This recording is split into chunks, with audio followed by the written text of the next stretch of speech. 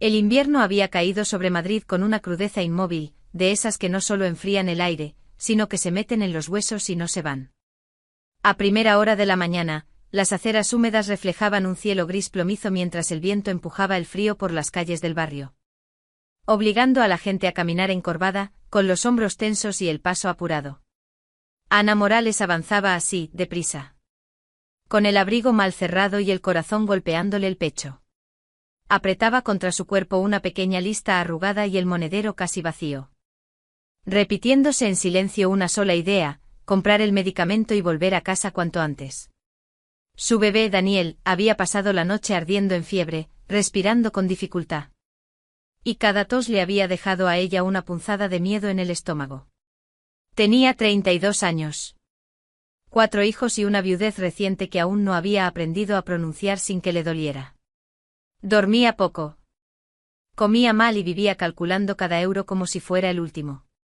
Desde hacía meses, su vida era una sucesión de turnos, pañales, cuentas pendientes y una responsabilidad que no daba tregua.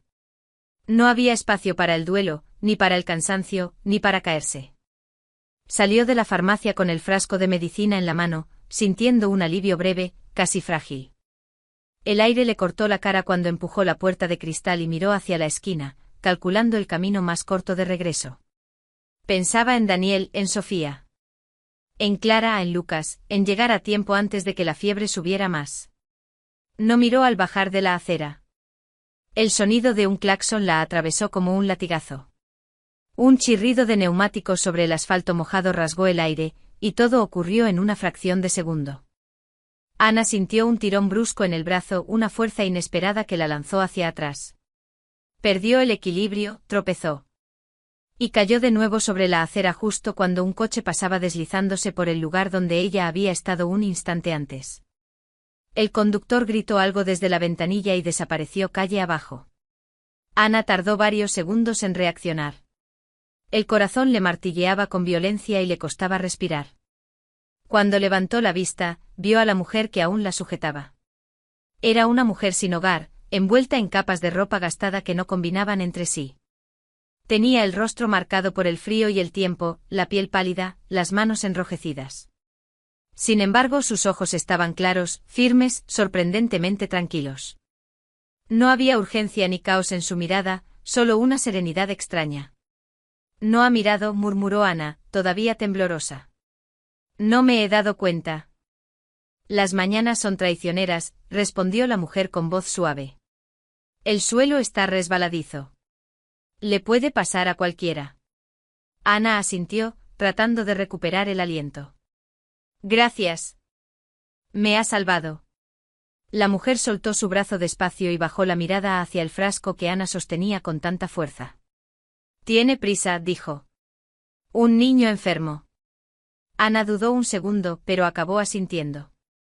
Aquella desconocida la observó con una comprensión que no juzgaba. Sé cuidar de niños, añadió con calma. Si alguna vez necesita ayuda. Aunque sea un rato. Ana la miró entonces con atención. Algo en la postura de aquella mujer, en su forma de mantenerse erguida pese al frío y la pobreza, le resultó inexplicablemente familiar. ¿Cómo se llama?, preguntó. Marta, respondió ella. Marta Jiménez. Ana no podía saberlo todavía, pero aquel nombre, pronunciado en una acera fría de Madrid, acababa de abrir la puerta a un cambio que transformaría su vida y la de sus hijos para siempre. Marta caminó unos pasos junto a Ana en silencio, como si no quisiera invadir un espacio que aún no le pertenecía. El frío seguía clavándose en las manos. Pero algo en el ritmo compartido hacía que el aire pesara un poco menos. Fue Marta quien habló primero con una naturalidad que no exigía respuesta. El frasco, dijo, señalando suavemente. Está muy mal. Ana dudó pero terminó asintiendo. Tiene fiebre desde anoche. Daniel. Es un bebé todavía. Marta bajó la cabeza un instante. Como si aquella información despertara una memoria antigua. Los niños pequeños se ponen muy mal muy rápido, murmuró.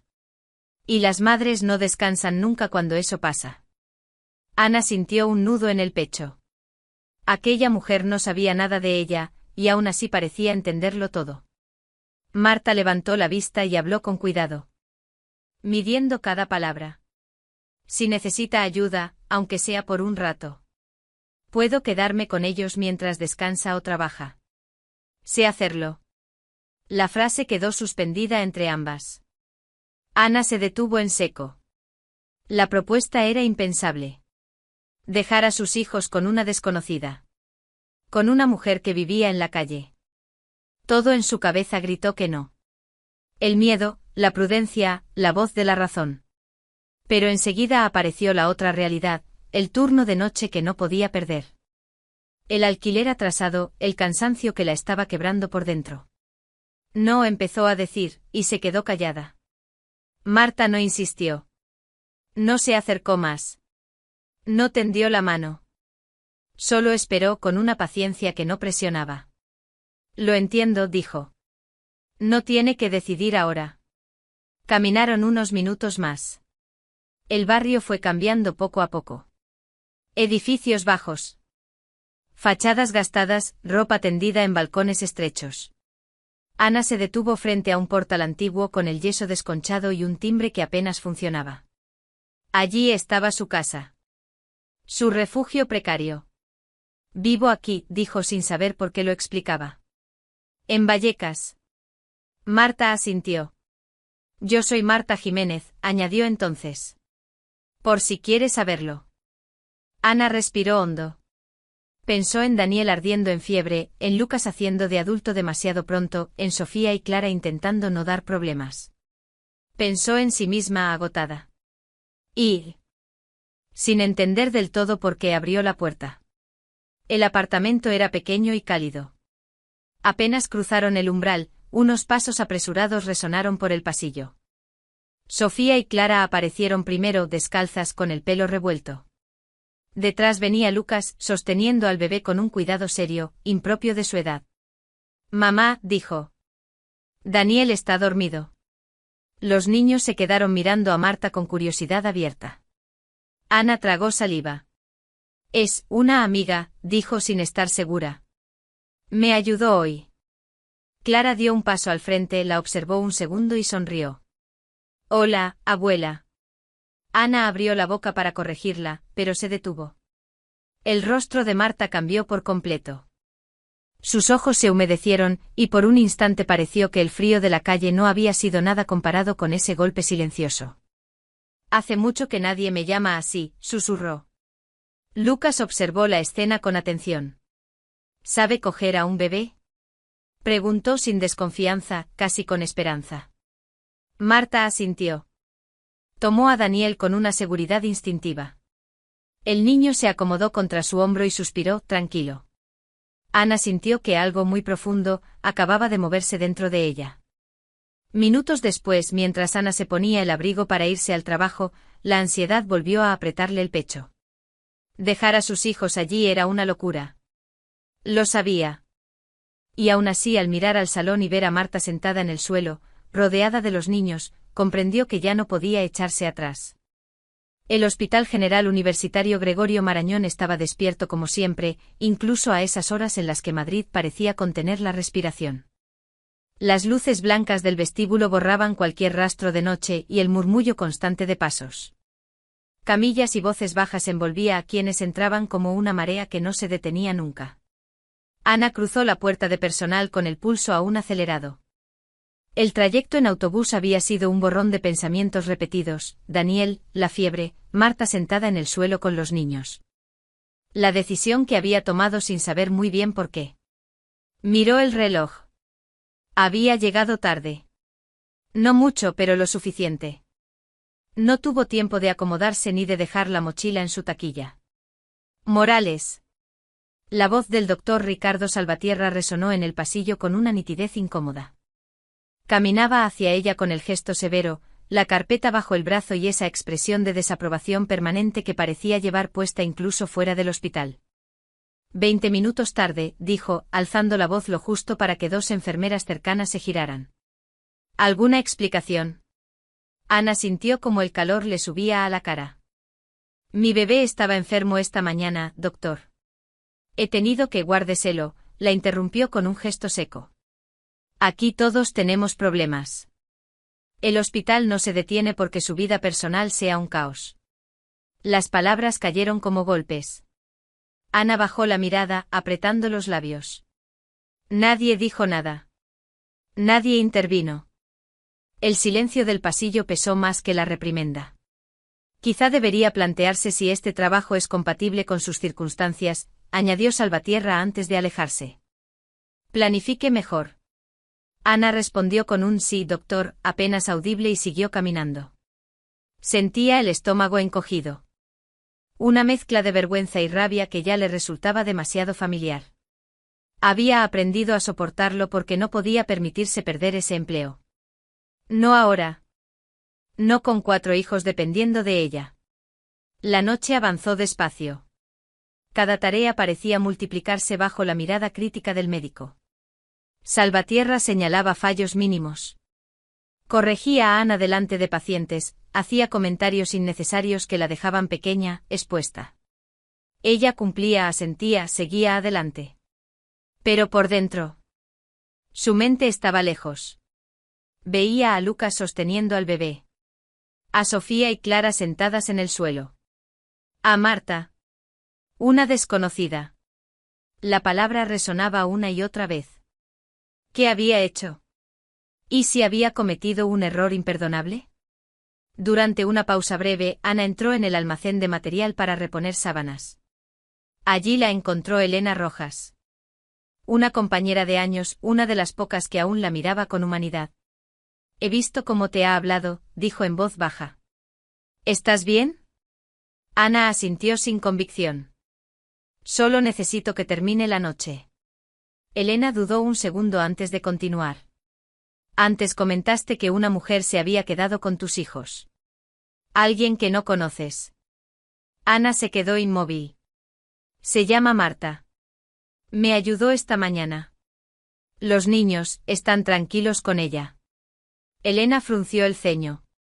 Ana, no quiero asustarte, pero eso no es normal. No puedes dejar a tus hijos con una desconocida.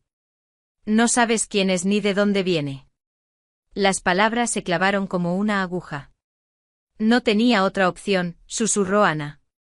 Siempre hay opciones, respondió Elena con suavidad pero firme. Solo, ten cuidado.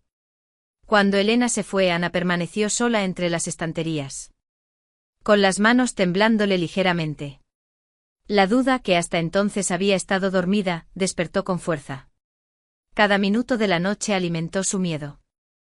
Y cuando por fin terminó el turno, Ana salió del hospital con una sola urgencia latiéndole en la cabeza: llegar a casa y comprobar que sus hijos estaban a salvo. Ana subió los 2 tramos de escaleras casi corriendo, con la respiración entrecortada y el corazón golpeándole en los oídos. Cada pensamiento que Elena había sembrado en el hospital regresaba ahora con más fuerza, mezclándose con imágenes que no quería imaginar. Se detuvo frente a la puerta de su piso. La llave temblándole entre los dedos. Durante un segundo dudó. Luego giró la cerradura. El silencio fue lo primero que notó. No el silencio inquietante que había temido. Sino uno distinto, contenido, casi sereno. Encendió la luz del recibidor y avanzó un paso. El apartamento estaba distinto.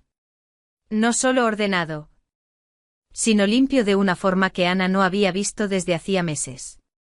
Los zapatos estaban alineados junto a la pared. Los juguetes guardados en una caja. La mesa despejada.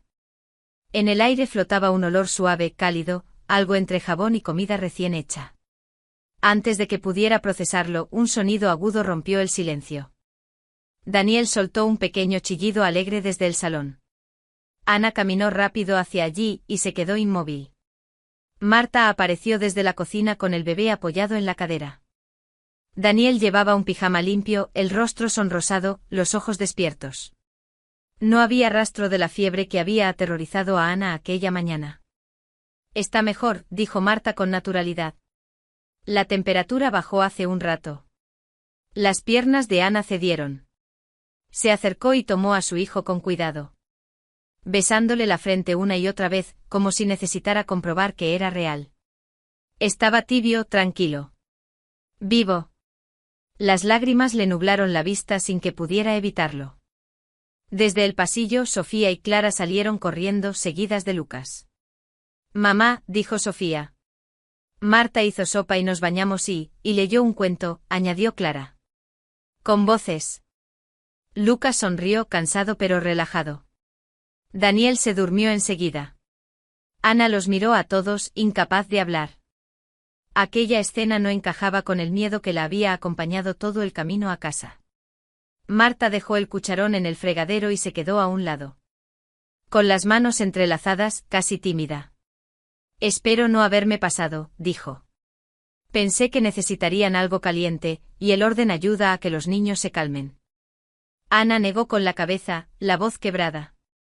No, no sabe lo que ha hecho. Se sentaron un momento en la cocina, mientras los niños terminaban de acomodarse para dormir. El cansancio cayó sobre Ana de golpe, ahora que el peligro había pasado. Marta le sirvió una taza de té sin preguntar, como si supiera exactamente qué necesitaba. No recuerdo muchas cosas, confesó Marta en voz baja. Hay partes de mi vida que están en blanco. Sé que me desperté herida, sin documentos. Sin saber quién era ni de dónde venía. Desde entonces, he ido de un sitio a otro. Ana la escuchó en silencio. No había dramatismo en su relato. Solo una aceptación serena que dolía más que cualquier lamento. Siento mucho que haya pasado por eso, dijo al fin. Marta se encogió de hombros. Estoy acostumbrada a no tener respuestas. La casa se fue quedando en calma. Uno a uno, los niños se durmieron. Cuando Ana se levantó para revisar a Daniel por última vez, sintió algo nuevo instalándose despacio en su pecho. No era confianza plena, aún no, pero sí algo cercano. Una tregua. La noche avanzó sin sobresaltos. Y cuando el amanecer se filtró tímidamente por la ventana al día siguiente, Ana supo que al menos por esa vez. El miedo no había ganado. Marta se quedó aquella noche, y luego otra. Después dijo que sería solo hasta que Daniel estuviera completamente recuperado. Pero los días comenzaron a encadenarse con una naturalidad inesperada, como si el tiempo hubiera decidido aflojar el nudo que llevaba meses apretando la vida de Ana. Las mañanas ya no empezaban con prisas desesperadas. Marta se levantaba temprano y preparaba el desayuno sin hacer ruido. Tarareando una melodía que nadie reconocía pero que llenaba la cocina de una calma nueva. Sofía y Clara bajaban medio dormidas. Atraídas por el olor a pan tostado y cacao caliente. Lucas ayudaba a vestir al bebé mientras Marta le daba indicaciones suaves, casi cómplices. A veces incluso había una broma pequeña, una sonrisa robada, algo tan sencillo que parecía un lujo. Ana seguía trabajando duro, pero algo había cambiado. Llegaba a casa y no encontraba el caos habitual, ni el peso inmediato de todo lo pendiente. No era que Marta lo hiciera todo, no lo permitía. Pero la carga ya no recaía solo sobre ella. Por primera vez en mucho tiempo, Ana dormía varias horas seguidas.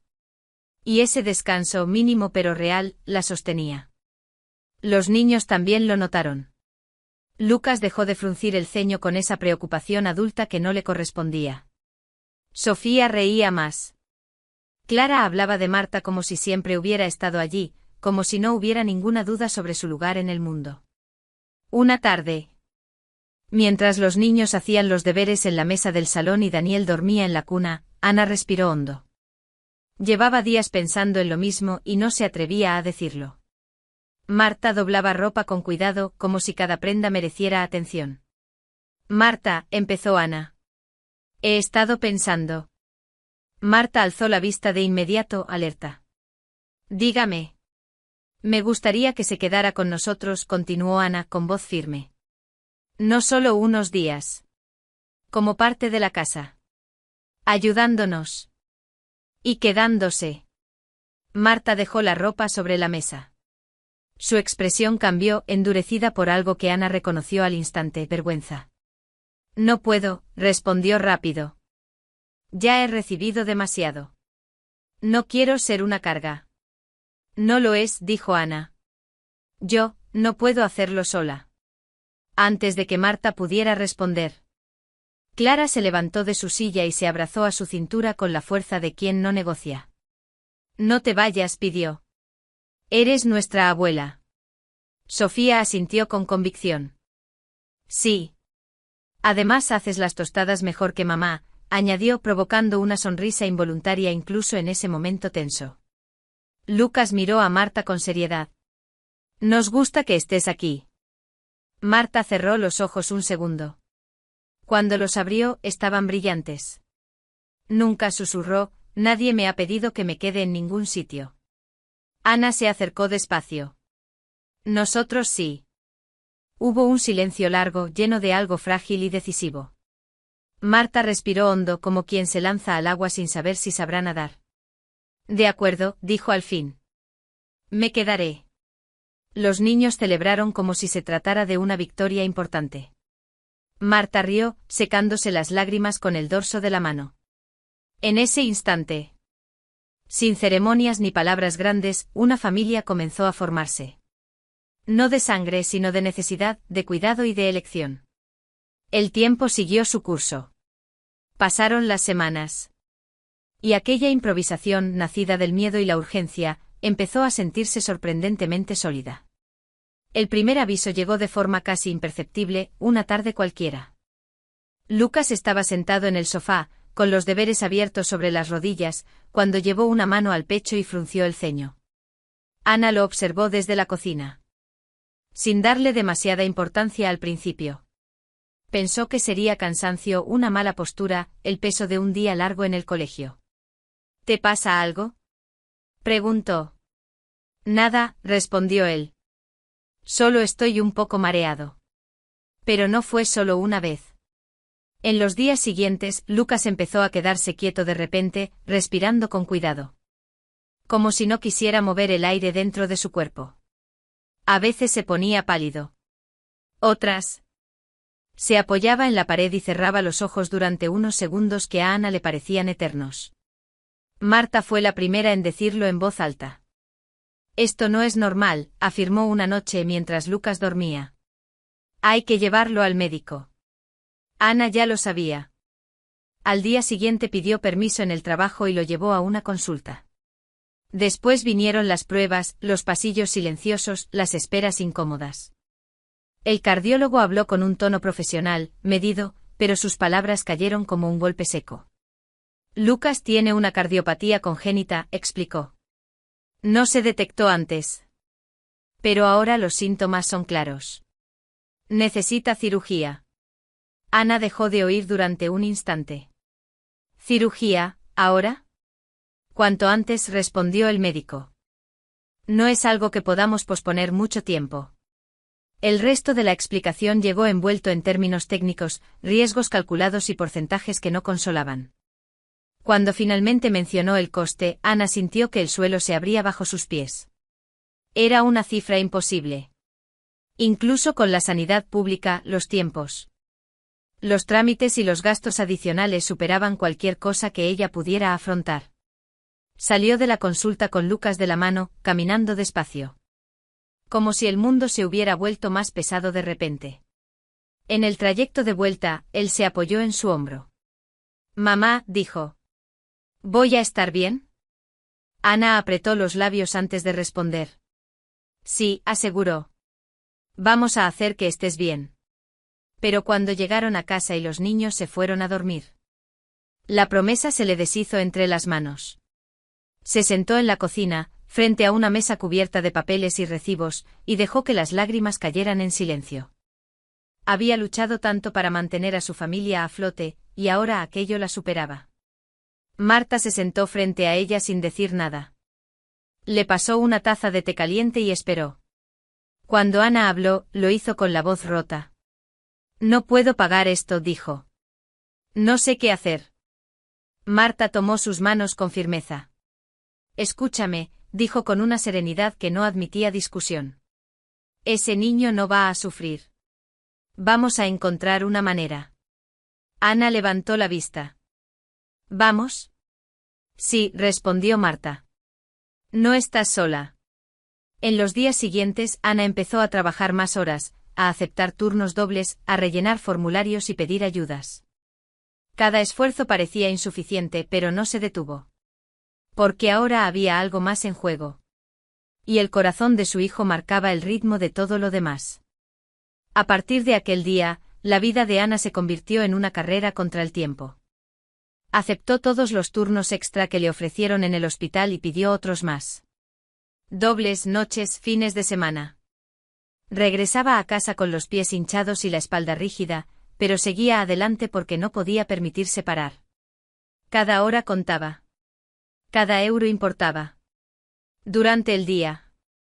Su mundo era una sucesión de ventanillas, llamadas en espera y formularios interminables. Solicitó ayudas sanitarias, preguntó por subsidios. Pidió orientación a trabajadores sociales. Siempre había una firma pendiente, un documento que faltaba, un plazo que no encajaba con la urgencia de Lucas. La burocracia avanzaba a un ritmo que no entendía de miedos ni de corazones infantiles. Tenemos que esperar, le decían. El proceso es así. Ana asentía, agradecía y colgaba. Con una sensación de derrota que se le quedaba clavada en el pecho. No era falta de voluntad, era un sistema que no se movía al ritmo de una madre asustada. Por las noches. Cuando la casa quedaba en silencio y los niños dormían, comenzaba la otra batalla. Ana se sentaba a la mesa de la cocina con el portátil viejo y una libreta llena de notas. Marta solía aparecer con una manta y dejarla sobre sus hombros sin hacer preguntas. Luego se retiraba, respetando un espacio que Ana agradecía en silencio. Entraba en foros de personas desaparecidas, grupos vecinales, páginas de asociaciones. Revisaba fotos borrosas, descripciones incompletas, historias truncadas. Escribía mensajes cuidadosos, siempre los mismos: una mujer encontrada sin documentación, posible pérdida de memoria, alrededor de un año atrás. Adjuntaba una foto reciente de Marta, tomada sin que ella lo supiera, una imagen serena, viva, real. También contactó con albergues, centros de acogida, servicios sociales. Las respuestas llegaban despacio y casi siempre eran negativas. No nos consta. No coincide. Lo sentimos. Cada correo leído era una puerta que se cerraba. Ana no le contó nada a Marta. No quería crear falsas esperanzas. Sabía lo que era vivir aferrada a algo que quizá no llegaría. Prefería cargar ella sola con esa incertidumbre. Dos luchas avanzaban en paralelo, sin tocarse pero unidas por el mismo hilo invisible. De día, salvar el corazón de Lucas.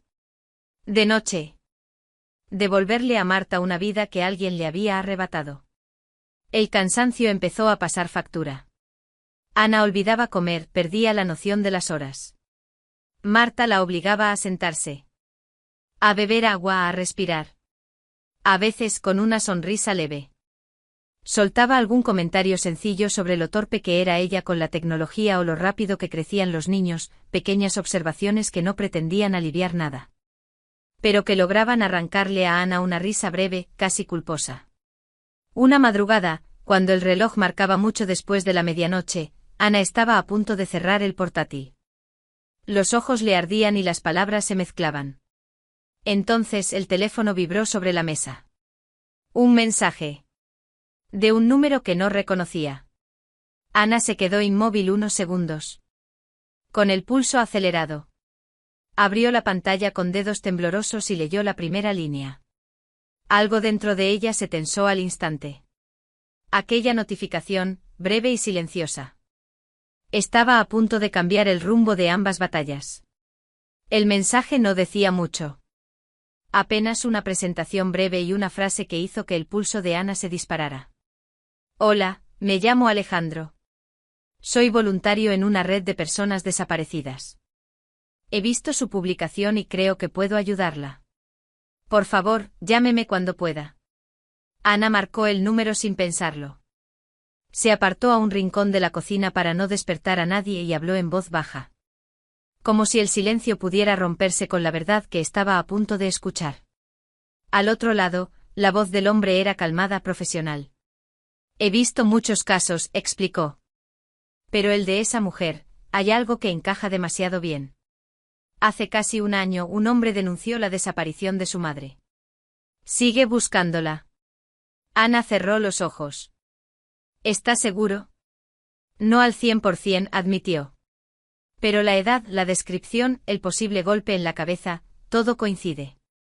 Se llama Mateo Jiménez. Ya me he puesto en contacto con él. ¿Quiere hablar con usted? Colgó con las manos temblándole. El alivio llegó primero, intenso, casi eufórico. Luego, el miedo.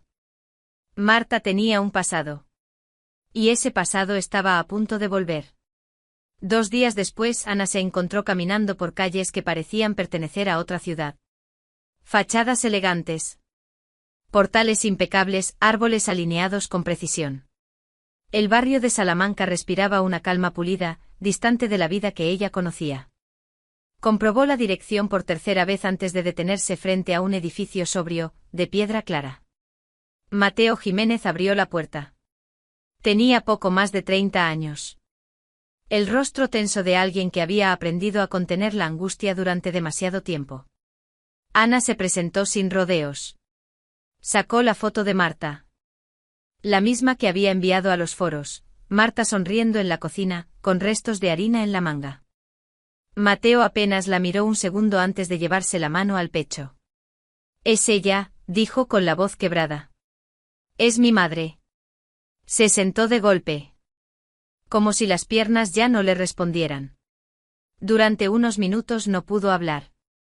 Ana esperó, respetando un dolor que reconocía. Cuando por fin levantó la vista. Los ojos de Mateo estaban enrojecidos. «Pensé que había muerto», confesó. Desapareció sin dejar rastro. Creí que se había ido por decisión propia, o que algo peor había pasado. Habló despacio, como si cada palabra pesara. Contó que su madre se había opuesto a su boda. Que había insistido en un acuerdo prenupcial para proteger unos bienes familiares. Que su prometida, Patricia Luján, no se lo había tomado bien. Hubo discusiones, gritos, amenazas veladas. Luego una noche su madre salió a despejarse y nunca volvió. Creí que el tiempo lo explicaría todo, dijo. Me equivoqué. Ana sintió un escalofrío. Marta se despertó herida, sin memoria, explicó. No recuerda casi nada de antes. Solo fragmentos. Mateo apretó los puños. Entonces no se fue, murmuró. Alguien le hizo esto. No hubo que decir nada más. La decisión se tomó sola, inevitable. Tiene que verla, dijo Ana. Está conmigo. Con mis hijos. Mateo asintió de inmediato. Lléveme con ella. El trayecto de vuelta fue silencioso.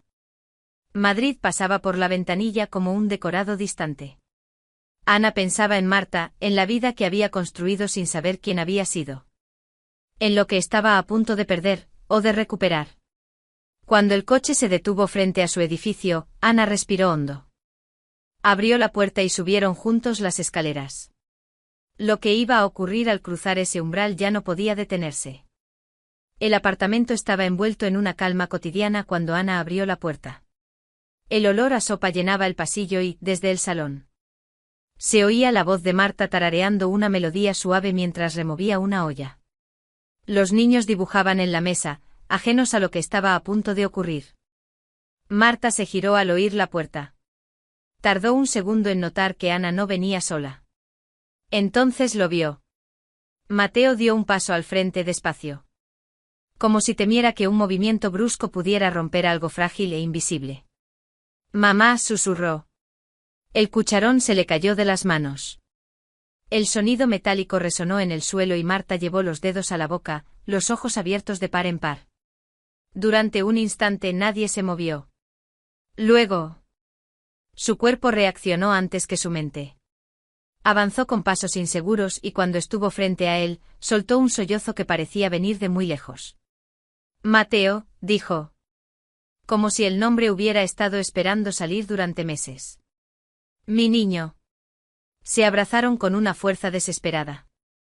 Marta lloraba sin contenerse, Mateo la sostuvo con los brazos tensos, como si necesitara asegurarse de que era real. Ana retiró a los niños con suavidad y cerró la puerta del dormitorio, dándoles espacio. Cuando se sentaron en el sofá, todavía tomados de la mano, Marta respiró hondo. Su mirada estaba nublada pero firme. Ahora recuerdo, dijo en voz baja. No todo, pero lo suficiente. Las imágenes llegaron a trompicones. Una discusión en una casa que no sentía como suya. La rabia contenida de Patricia Luján, sus palabras frías hablando de dinero y control. Marta recordó haber salido a la calle para calmarse. Recordó pasos detrás de ella. 2 hombres. El golpe seco en la cabeza. El miedo. El suelo mojado. Después, nada.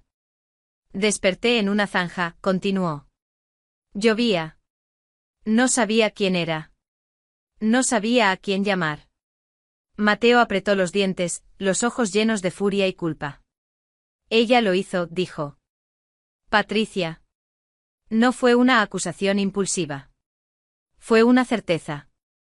Ana sintió un escalofrío. Todo encajaba, la oposición al acuerdo prenupcial, la desaparición, la amnesia.